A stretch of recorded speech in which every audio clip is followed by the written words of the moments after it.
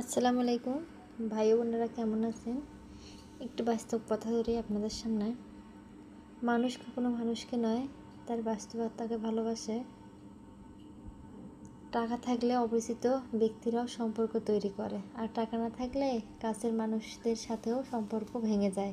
শূন্য পকেটে চেনা যায় পৃথিবী কতটা কঠিন। টাকা থাকলে সম্পর্কগুলো মধুর থাকে। একদিন আমিও সফল হব, আর সেদিন ভুলিয়ে যাব কাছের মানুষের দেয়া আঘাতগুলো। এই তো আমার আজকে আলু ঘাটের রান্নার জন্য মশলা রেডি করে নিয়েছি। সব কষানো হয়ে যাচ্ছে।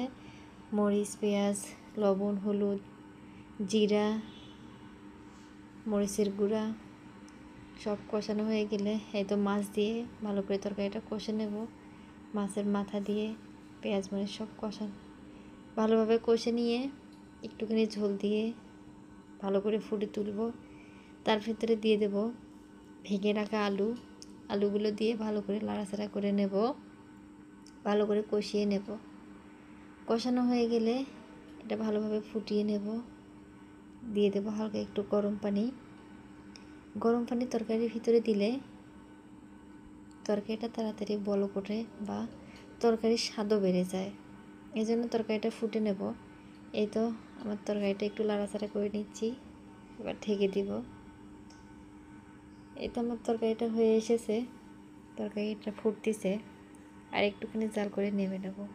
এই তো আমার তরকারিটা হয়ে গিয়েছে। আজকে পর্যন্ত ভালো।